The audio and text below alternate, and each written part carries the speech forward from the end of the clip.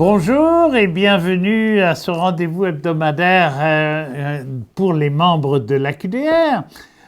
Vous nous connaissez bien et puis on a du plaisir de vous retrouver chaque semaine, en très grand nombre d'ailleurs, de plus en plus nombreux. Alors, aujourd'hui, nous poursuivons notre tournée, si j'ose dire, des sections. C'est pas une tournée des bars, hein, c'est pas pareil. C'est une tournée des sections locales pour voir un peu ce qu'ils font et puis donner le goût à d'autres d'organiser un peu la même chose s'ils trouvent que c'est une bonne idée. Alors aujourd'hui, la plus grosse section de la QDR, la grosse machine de Laval-Laurentide, avec Brigitte Tremblay, donc à l'antenne. Bonjour Brigitte. Bonjour M. Carrette. Bon, ça va bien, j'espère. Donc, je disais, de plus grosse section, 3822, alors vous êtes près des 4000, là. Hein? On se dirige allègrement vers ce chiffre-là, qui est un chiffre magique pour nous, là, mais ça va bien, on est heureux. Ben, c'est M. Lynch qui doit être content, hein? Oui. C'est ça, j'allais dire. Bon, alors, sinon, à part ça, tout va bien, la section se porte bien dans l'ensemble? Oui, tout à fait. On est bien. Quand même, on est encore en partie en télétravail, évidemment. Oui, oui. Mais bon, ça va bien. On travaille bien avec l'ensemble des autres organismes communautaires, notamment. Ben oui, ben j'espère. Ça, c'est ça le travail de réseau de plus en plus, hein, de toute manière, même s'il n'y avait pas de pandémie. Oui, tout à fait. D'autant qu'on est effectivement une grande section, donc on couvre évidemment Laval, mais on couvre aussi l'ensemble des Laurentides et des 7 MRC. Alors donc, c'est 7 ou 8 tables, là, le chiffre m'échappe toujours, tables de concertation aînée auxquelles on participe, soit moi ou soit certains membres de notre conseil d'administration. Donc, c'est quand même une gestion assez imposante là, de l'ensemble des collaborateurs. Oui, puis je suppose que c'est une réalité très diverse. Entre les Hautes-Laurentides et puis le centre-ville de Laval, ça doit être autre chose, là. Tout à fait, tout à fait. On part d'un milieu très, très citadin à des milieux assez ruraux, finalement. C'est ça, c'est ça. Où les besoins, notamment en transport, sont très diversifiés, là, effectivement. Alors, on a choisi 3 activités parce qu'évidemment, vous avez une foule de programmes, mais le premier qui s'appelle En réponse à vos questions. Alors, c'est un guide que tous les gens de la QDR connaissent. C'est le guide aîné des réponses à vos questions. Alors, nous, lorsqu'on a reçu ce guide-là, bien évidemment, on l'a un peu distribué, puis on s'est dit, ça n'a pas de sens de laisser ça sur les tablettes. Il est tellement bien fait qu'on a décidé avec les 4 volets, vous savez que ce guide-là a 4 volets, donc un volet notamment sur le logement, votre droit de vieillir dans la dignité, les protections juridiques, et le dernier, c'est vos droits en santé et services sociaux.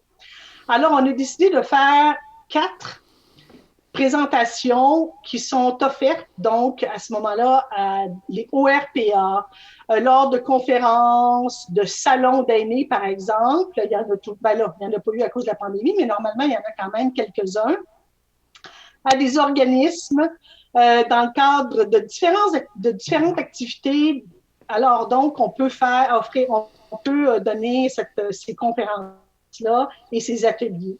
En petits groupes, idéalement, hein, parce qu'on va quand même à l'intérieur de sujets qui sont parfois un peu confrontants puis un peu plus compliqués. Mais bon, on a développé donc des PowerPoint pour chacun de ces volets-là, et puis c'est super apprécié, puis on a tellement hâte de recommencer à en offrir. Mais bon, là, on attend qu'on puisse se voir en présentiel parce qu'en virtuel, en Zoom, donner des ateliers où les gens ont tendance à moins parler que lorsqu'ils sont ensemble, et puis qu'on peut créer des discussions animées sur différents sujets. Alors donc, voilà, on est très fiers de ça. Puis, si jamais il y a des membres de la QDR qui veulent, d'autres sections qui veulent avoir les présentations PowerPoint, ça va nous faire plaisir. Bon, alors voilà un premier programme. Le deuxième, Rapidor, ça c'est vieux, c'est une vieille expérience au Québec déjà.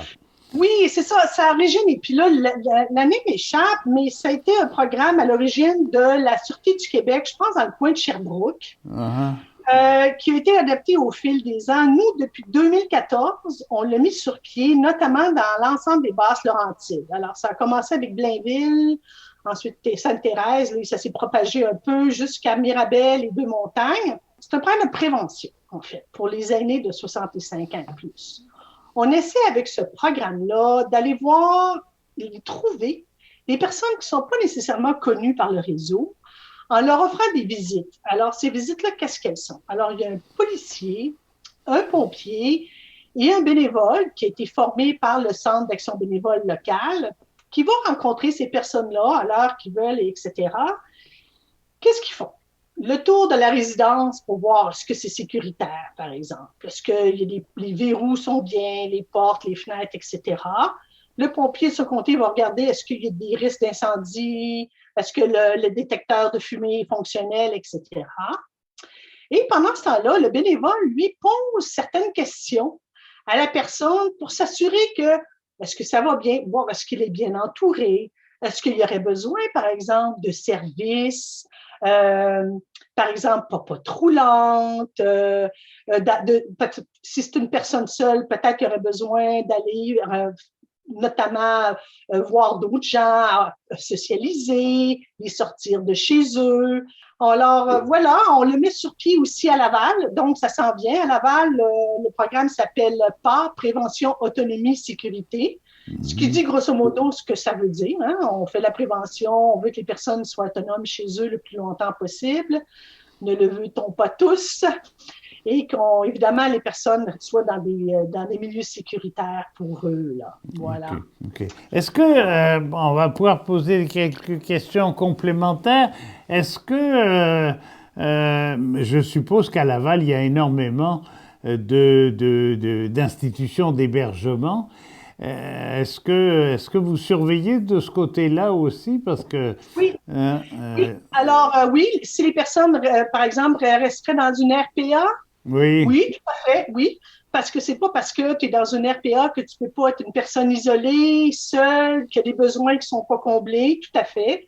Alors, les maisons, les logements, on travaille là-dessus, là, justement, à aller vers ces endroits-là de plus en plus. Puis même les maisons, hein, dites-vous que c'est pas parce qu'une personne, tu sais, ça veut pas dire que toutes ces personnes-là qui ont besoin d'aide sont nécessairement des personnes démunies. Hein. Il y a des personnes qui peuvent être tout seules dans leur maison, qui ont perdu leur conjoint, qui n'ont pas personne autour d'eux, qui ont un réseau très petit et puis qui ont besoin d'avoir des services, notamment du CLSC ou d'autres organismes communautaires qui, vous le savez, offrent une gamme assez impressionnante de services là, à Laval et dans les Laurentides. OK. Est-ce que c'est juste un problème d'information ou est-ce que c'est aussi un problème justement de manque de services ou d'absence de services? Ça existe aussi, ça, hein? Oui, ben, vous voulez dire si les personnes qui n'ont pas d'aide, pourquoi ne l'ont-elles pas? Oui. Souvent, je dirais que les gens souvent sont pas au courant. Malheureusement, c'est souvent ça. Il y a un certain manque d'informations. Est-ce que ça peut être une question de littératie, ça peut être une question d'accès, par exemple, à l'information, parce que malheureusement, vous le savez, de plus en plus d'informations sont sur des sites web, des choses comme ça. Les personnes qui sont pas si tant familiers que ça pour faire des recherches sur Google, par exemple, ben, souvent, ils n'ont pas l'information. Il y a aussi une partie que les gens bon, le gros, je dirais, manque d'information et aussi la peur de demander des services, c'est que si je demande des services, ils vont m'envoyer en CHSLD. Ah oui. Ah, c'est pas du tout le cas, là. C'est le but est en fait, pour tous ces services-là, pas trop lentes, etc., c'est justement de maintenir les personnes le plus longtemps possible chez eux. Mmh. Alors donc, souvent, ça va sécuriser les gens, payer des policiers, des pompiers, pour ne pas... pour diminuer cette crainte-là, par exemple. Le bénévole est aussi formé justement pour diminuer ces craintes-là. OK. Puis je suppose qu'il y a aussi pire, on va aller au-delà de l'information, au-delà de tout ça. Il peut y avoir des abus, des fraudes, des violences même. Exactement, parce que le bénévole, en fait, est formé aussi pour voir s'il pourrait y avoir des problèmes d'abus de maltraitance. Alors donc, que ce soit des signes physiques, par exemple, mais ça peut aussi des cas de maladie mentale, par exemple le syndrome de Diogène ou des choses comme ça. Donc, tout ça est tenu en compte dans le questionnaire qui est remis aux bénévoles pour s'assurer que tout va bien de ce côté-là. OK. Puis je suppose que du côté de la police, ils doivent en avoir plein les bras des fois, non? Dans les plaintes qui devraient être posées ou dans les cas qui leur arrivent brusquement. À ce jour, je n'ai pas eu, j'ai pas eu connaissance, mais évidemment, tout ça demeure confidentiel, là, de Oui, cas. oui. Alors donc, je pourrais pas vous dire.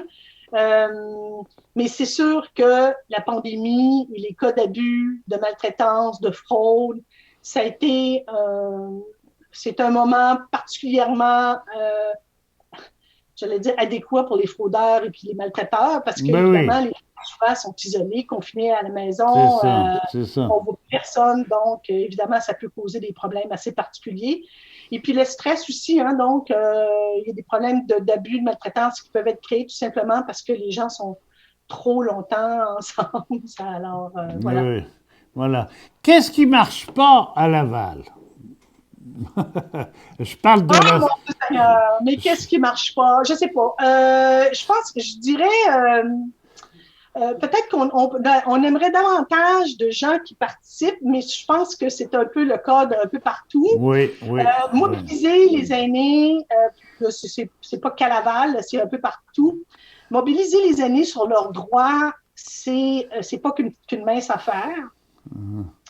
Je pense par contre que la pandémie et toutes les histoires d'horreur qu'on a entendues, notamment dans les RPA, qui se poursuivent, hein, on entend encore des gens qui se font évincer, ont mis un éclairage assez cru sur les problèmes de droit envers les aînés. Et puis, je pense qu'on a plus en plus de gens qui nous appellent pour de l'information sur leurs droits.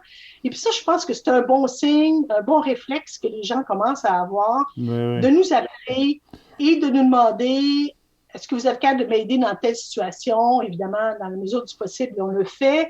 Sinon, on réfère aux bons endroits. Mais ça reste quand même le nerf de la guerre. Je ne suis pas sûre qu'aujourd'hui, à notre époque, on puisse encore envoyer 50 autobus comme il était dans le temps de Mulroney, Oui, où on oui, a vu oui. madame dire, bon, vous vous souvenez bien de ces épisodes-là, j'imagine. Oui. Alors, mais on travaille fort là-dessus. On a fait un sondage, notamment auprès de nos membres, pour savoir quelles étaient leurs préoccupations. On va mettre sur pied un nouveau plan de communication pour l'année prochaine, Bon. justement, pour les mobiliser davantage. Alors, c'est dans les cartons. Bon, puis de toute manière, vous le savez comme moi, c'est comme l'école, hein? C'est un travail de longue haleine, de long terme. Bon, je voulais juste rectifier quelque chose. On avait pratiquement 90 autobus. Ah, bon, je me suis trompée de 20. Oui, oui, oui, parce qu'on avait 4000 retraités qu'on a emmenés C'est comme quelque ça. chose, hein? Ah oui, oui, Ah, c'est c'était... extraordinaire. Oui, vous savez, actuellement, on parle des camions à Ottawa, mais c'était rien à côté des 90 bus qui ont véritablement qui sont montés sur la colline parlementaire. Et les policiers à l'époque croyaient que c'était des touristes. Hein. C'est drôle. Vous voyez. Bon, drôle de touristes. Ben, merci beaucoup, Brigitte. Et puis, C'est un plaisir. on va certainement revenir vous voir. Merci de toutes ces informations. Voilà une section qui fait plaisir à regarder et à écouter à travers vous. Merci beaucoup.